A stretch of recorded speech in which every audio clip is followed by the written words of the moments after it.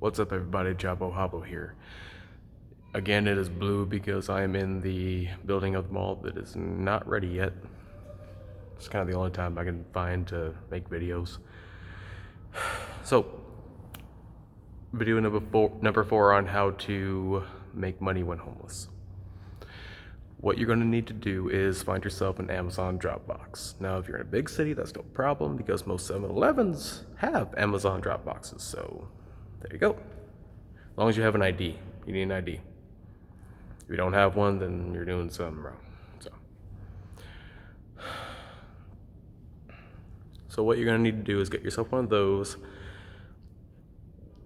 If you've listened to my other videos, you should have made at least a little bit of money by now, past the necessities for survival. Now what you're gonna do is you're gonna take those and put them on a Walmart Green Dot card. Now you can use those to purchase things online. Now what you're gonna get is a beginner's gold pan kit. They range from like $15, $20, all the way up to like $50 if you want a sluice box with it. A sluice box, in case you don't know, is a channel that you could direct water into, pour the dirt that you dig from the river through it.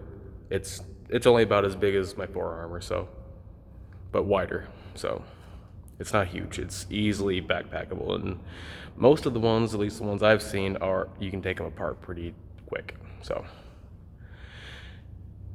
easy packing.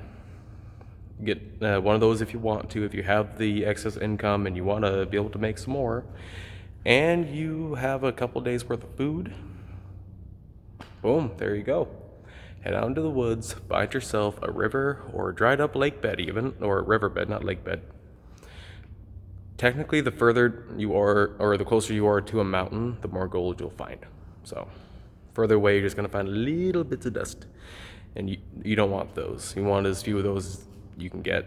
So get as close as you can without hiking for 5 days. Find yourself a good, relatively calm place in the river, a place where you can pan comfortably, camp nearby. Be aware of where the water line is because it will get back up there at some point. You don't know if that area is prone to some sort of flash flooding, especially depending on what state you live in. So you go out there and you find yourself the bend in the river. This is just one of the ways. Where it bends, go to the top part of that bend. That's where it arches up, the top part up here. And you dig there when the water recedes down. Now, just the first time you're gonna do it, you're gonna make some test holes. So you're gonna need to get yourself a shovel, a gardening trowel if you have nothing else, but one of those collapsible army shovels would work great. That will help you.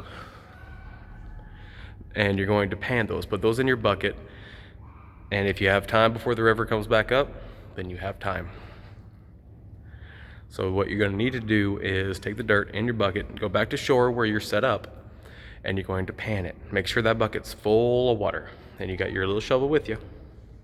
Scoop it out, put it in your pan, and well, I'm not going to explain how to pan for gold because it's something I need to show you, and I can't right now. But there's a dozen videos on how to pan for gold. I know this works. I know this is a way to make a relatively good amount of money because I've done it. I did it for about 2, 3, maybe 4 months. Made about $300 all in all, but that was only because where I was living did not have small rivers. I lived next to the Green River in Washington State, not DC. Where I was living at the time, it was not conducive to pan for gold at all. Unless you have a big rig set up, and you don't need that just now. So find yourself a creek or river, set yourself up, watch some videos.